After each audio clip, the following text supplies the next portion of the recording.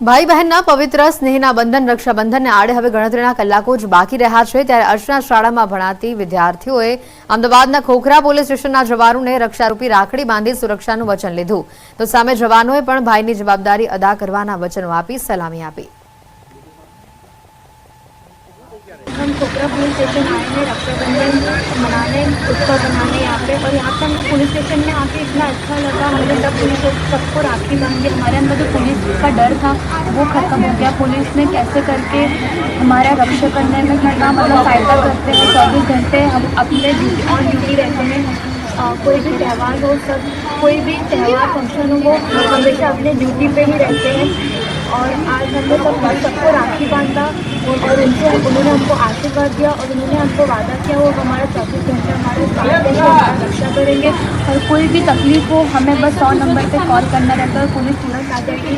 और इसके साथ आज हमने मतलब त्यौहार बनाया और हमें बहुत अच्छा लगा। અમે આજે અર્ચના વિદ્યાલય મદન સ્કૂલમાંથી આજે પોલીસ જવાનોને રાખડી બાંધવા આવ્યા છે।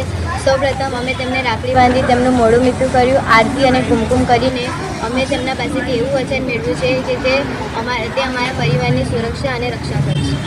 કેન્દ્રીય ગૃહમંત્રી અમિત શાહ ગુજરાતના પ્રવાસ ઉપર છે અને ત્યારે આજે અમદાવાદમાં 1200 કરોડના વિવિધ પ્રોજેક્ટનું ઉદ્ઘાટન તેમણે કર્યું। કરોડોના વિકાસ કાર્યોની ભેટ આપી એએમસી વિકાસ કામોના ખાતમુહૂર્ત લોકાર્પણ કર્યું। થલતેજમાં ઓક્સિજન પાર્ક અને તળાવનું અમિત શાહના હસ્તે લોકાર્પણ કરવામાં આવ્યું। મકરબા વિસ્તારમાં સ્વિમિંગ પૂલ અને જિમ્નેશિયમ ખુલ્લું મુકાયું। કેન્દ્રીય ગૃહમંત્રી અમિત શાહે વેજલપુરમાં મિશન મિલિયન ટ્રી અભિયાન અંતર્ગત વૃક્ષારોપણ કર્યું તેમજ પ્રહલાદનગર નજીક એએમસી વિકાસ કામોના ખાતમુહૂર્ત તેમજ લોકાર્પણ કર્યું હતું।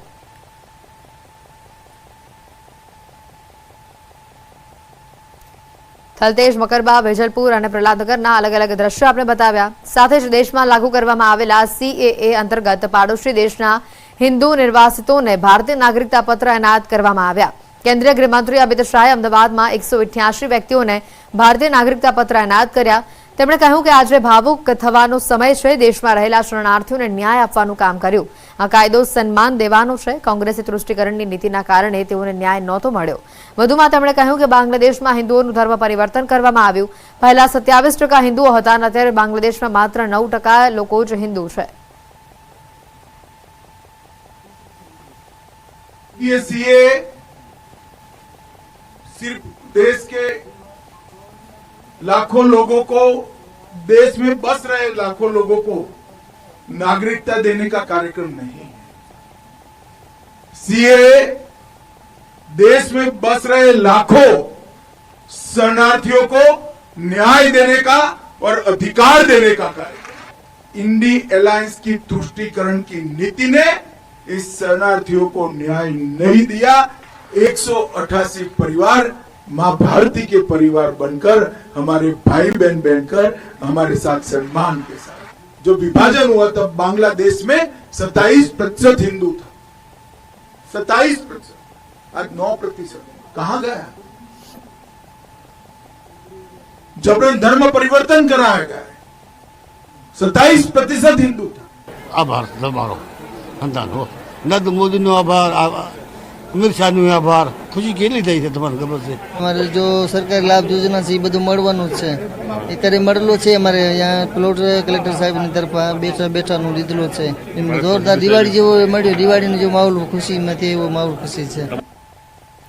અમદાવાદમાં કેન્દ્રીય ગૃહમંત્રી અમિત શાહની હાજરીમાં દક્ષિણ પશ્ચિમ ઝોન ઓફિસ ખાતે બેઠક મળી। ગાંધીનગરના હાઈવે આધુનિકરણની સમીક્ષા બેઠકમાં રાજ્યના સહકારિતા મંત્રી જગદીશ વિશ્વકર્મા પણ હાજર રહ્યા। સાથે એમસીના તમામ બ્રિજ પ્રોજેક્ટ સાથે જોડાયેલા અધિકારીઓ, અમદાવાદ અને ગાંધીનગર મનપાના કમિશનર, ઓડાના સીઈઓ ભવ્ય વર્મા પણ હાજર રહ્યા। તો એસજી હાઈવેના વિકાસ માટેની ચર્ચામાં અમિત શાહે 14 અધિકારીઓની ટીમ સાથે વાતચીત કરી। રાજકોટના ગોંડલની સૌથી મોટી સહકારી બેંકની ચૂંટણીની તારીખોની જાહેરાત થઈ છે। ગોંડલ નાગરિક સહકારી બેંકના હોદ્દેદારો માટે ચૂંટણી ઢંઢેરો જાહેર કરવામાં આવ્યો। નાગરિક બેંકના હોદ્દેદારોની 5 વર્ષની મુદત પૂર્ણ થતા 11 ડિરેક્ટરોની ચૂંટણી યોજાશે। આગામી તારીખ 29 ઓગસ્ટથી ઉમેદવારી ફોર્મ ભરવાનું શરૂ થશે, જ્યારે 15 સપ્ટેમ્બરના રોજ મતદાન યોજાશે। બેંકના ચૂંટણી અધિકારીએ ચૂંટણી કાર્યક્રમ પ્રસિદ્ધ કર્યો। મતદાન પૂર્ણ થયા બાદ તરત જ મતગણતરી હાથ ધરવામાં આવશે। તો બીજી તરફ ચૂંટણી યોજાય તે પહેલા ગોંડલ ભાજપ કોંગ્રેસના રાજકારણમાં ગરમાવો પણ સામે આવ્યો।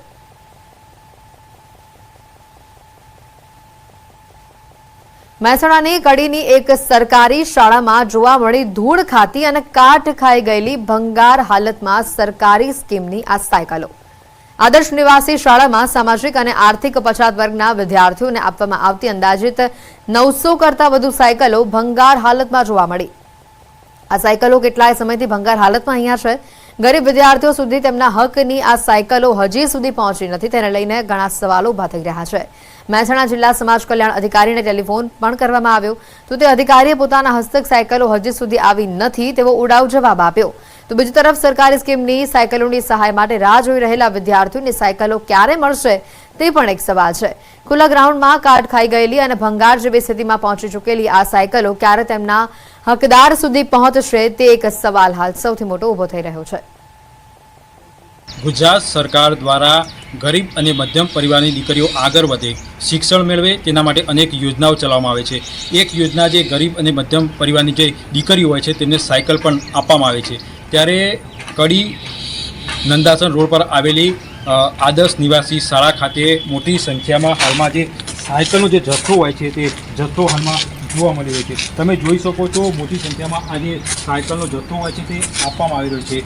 તમે જોઈ શકો આ જે સાયકલો છે તેની હાલત ખૂબ જ દયનીય બની છે. અહીંયા કેટલી જે ઘંટડી હોય છે તે પણ ખરાબ થઈ છે. અહીંયા કાચ પણ લાગેલો છે. હું આગળ પણ દ્રશ્યો બતાવવાનું કરીશ કે આ જે સાયકલો છે તેની પરિસ્થિતિ હાલમાં શું છે. તમે નીચે પણ જોઈ શકો છો આ જે પંખા હોય છે તે પંખા પણ નીકળી ચૂક્યા છે. તો અહીંયા અનેક સાયકલો છે તેની પરિસ્થિતિ ખૂબ જ દયનીય બની છે. ત્યારે જે આ અધિકારી સાથે ટેલિફોનિક વાતચીત કરતાં જાણવા મળ્યું કે આ જે સાયકલો છે તેની ગુણવત્તાની ચકાસણી બાકી હોવાથી હજી સુધી તેની જે ફાળવણી હોય છે તે ફાળવણી કરવામાં નથી આવી. પરંતુ ક્યાંક ને ક્યાંક આ જે પરિસ્થિતિ હોય છે આ સાયકલોની તમે જોઈ શકો છો પંખો અવરો થઈ ગયો છે. તો બીજી બાજુ આ બ્રેક પણ હોય છે તો બ્રેક પણ તૂટી ગઈ છે. આજુબાજુ સાયકલો પડી ચૂકી છે. આ પણ જોઈ શકો છો આ જે પંખો બહાર નીકળી ગયો છે કે તો બીજી બાજુ જે છાબડા હોય છે તે પણ નીકળી ચૂક્યા છે. એટલે કે હાલતની જે સાયકલોની હાલત છે ખૂબ જ દયનીય બની છે. વિદ્યાર્થીઓને હજી સુધી સાયકલો મળી નથી. ત્યારે વિદ્યાર્થીનીઓ આશા રાખી રહી છે કે તેમને જે સાયકલો હોય છે જલ્દીમાં જલ્દી મળે, સારી ક્વોલિટીની મળે. પરંતુ અહીંયા ક્વોલિટી ચેક ન થતાં જે સાયકલો પડી રહેતા તેની ક્વોલિટી વધુ ખરાબ બની હોય તેવી દયનીય બની હોય તેવું હાલ દેખાઈ રહ્યું છે. ત્યારે જોવાનું રહ્યું કે આ જે સાયકલો છે વિદ્યાર્થીનીઓ પાસે ક્યારે પહોંચે છે. કેતન પટેલ, ન્યૂઝ 18 ગુજરાતી, મહેસાણા. એએમસી કમિશનરની અધ્યક્ષતામાં સંકલન સમિતિની બેઠક મળી. અમદાવાદ શહેરના એમપી અને એમએલએ પણ સંકલન સમિતિની બેઠકમાં હાજર રહ્યા. ભાજપના ધારાસભ્ય અમિત શાહે ફોગિંગની કામગીરીને લઈને સવાલો ઉઠાવ્યા હતા. અપાર્ટમેન્ટ ફ્લેટમાં ફોગિંગ માત્ર નીચે જ થાય છે પરંતુ તમામ ફ્લેટની સંખ્યા પ્રમાણે બિલ બનાવવામાં આવે છે. ફોગિંગ કરવા એટલે ચોમાસામાં મચ્છરનાશક કરવા માટે કોન્ટ્રાક્ટ આપવામાં આવે છે. એક ઘરના 15 રૂપિયા 84 પૈસા કોર્પોરેશન પેમેન્ટ કરે છે. નીચેથી ફોગિંગ કરીને આવતા રહે છે. ઉપર જવાનું કહે છે કે આગ લાગી જાય અને ઘરમાં નુકસાન થાય. મેં મ્યુનિસિપલ કમિશનરનું ધ્યાન દોર્યું છે કે જેટલા ઘરોમાં ફોગિંગ કરે એટલા જ ઘરોમાં આનું પેમેન્ટ કરવામાં આવે. તો સાથે જ અશાંત ધારણા નિયમનું ઉલ્લંઘન કરાયું હોવાનો પણ દાવો કરવામાં આવ્યો છે. રાઇફલ ક્લબ રોડ ઉપર બાગબાન સ્કીમ તોડી પાડવામાં આવે તેવી માંગ કરાઈ છે.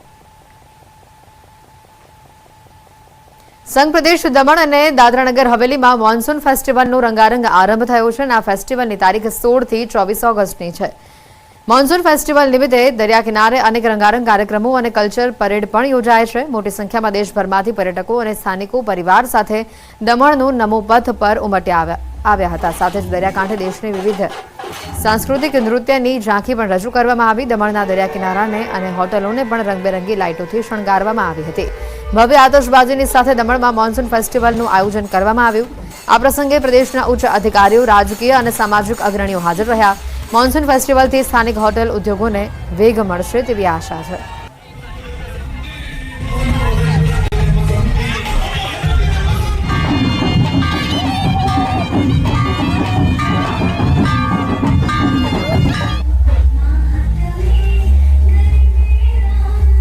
એકદમ મસ્ત ફેસ્ટિવલ હતો. અમે આવ્યા અને આ જોવા મળ્યું તે બી બહુ સારું હતું. અમે અહીંયા બહુ બધી વાર આવીએ પણ આજનું સીન અલગ હતું, એકદમ સારું હતું. ને મોન્સૂન ફેસ્ટિવલ તે બી દરિયા કિનારે એકદમ મસ્ત હતું. તે અમે એટલીસ્ટ મિની ભારત અમે વિટનેસ કરી દીધું. અહીંયા બધા શોઝ અમે લોકોએ જોયા, પંજાબી હોય કે મારવાડી હોય કે ગુજરાતી હોય, બધા શોઝ જોયા, એરિયલ શોઝ જોયું. પછી અહીંયા એક ફાયર વર્ક હતું, એ પણ બહુ જ સારું હતું. અમે લોકોએ મુંબઈમાં મરીન ડ્રાઈવ તો જોઈ છે, લેકિन દમનનું આ જે હતું એ મરીન ડ્રાઈવના વાતાવરણથી કંઈ ઓછું નહીં હતું. मानसून फेस्टिवल में कल्चरल परेड आज यहाँ पे भव्य तरीके से मनाई गई, जिसके अंदर विविध प्रदेशों से आए हुए सब जो हैं कलाकार, उन्होंने अपने अपने डांस परफॉर्मेंसेस करे. यहाँ पर फायर क्रैकर शो हुआ और अभी भी हम देख रहे हैं कि यहाँ पर ये मिनी इंडिया है जहाँ पे विविधता में एकता बनाई जाती है. ભાઈ બહેનના પવિત્ર સ્નેહના બંધન રક્ષાબંધનને આડે હવે ગણતરીના કલાકો જ બાકી રહ્યા છે ત્યારે અર્ચના શાળામાં ભણાતી વિદ્યાર્થીઓએ અમદાવાદના ખોખરા પોલીસ સ્ટેશનના જવાનોને રક્ષારૂપી રાખડી બાંધી સુરક્ષાનું વચન લીધું તો સામે જવાનોએ પણ ભાઈની જવાબદારી અદા કરવાના વચનો આપી સલામી આપી. हम खोखरा पुलिस स्टेशन आए हैं रक्षाबंधन मनाने, उत्सव मनाने यहाँ पे. और यहाँ पे हम पुलिस स्टेशन में आके इतना अच्छा लगा. हमने सब पुलिस सबको राखी बांधी. हमारे अंदर जो पुलिस का डर था वो खत्म हो गया. पुलिस ने कैसे करके हमारा रक्षा करने में कितना मतलब फायदा करते हैं. 24 घंटे हम अपने ऑन ड्यूटी रहते हैं. कोई भी त्यौहार हो, सब कोई भी त्यौहार फंक्शन हो, वो हमेशा अपने ड्यूटी पे ही रहते हैं. और आज हमने सबको राखी बांधा और उन्होंने हमको आशीर्वाद दिया और उन्होंने हमको वादा किया वो हमारा 24 घंटे हमारे साथ हैं, हमारा रक्षा करेंगे. और कोई भी तकलीफ हो हमें बस 100 नंबर पे कॉल करना रहता है और पुलिस तुरंत आ जाएगी. और इसके साथ आज हमने मतलब त्यौहार बनाया और हमें बहुत अच्छा लगा. અમે આજે અર્ચના વિદ્યાલય મદન સ્કૂલમાંથી આજે પોલીસ જવાનોને રાખડી બાંધવા આવ્યા છે. સૌપ્રથમ અમે તેમને રાખડી બાંધી તેમનું મોઢું મીઠું કર્યું. આરતી અને કુમકુમ કરીને અમે તેમના પાસેથી એવું વચન મેળવ્યું છે કે તે અમારા પરિવારની સુરક્ષા અને રક્ષા કરશે.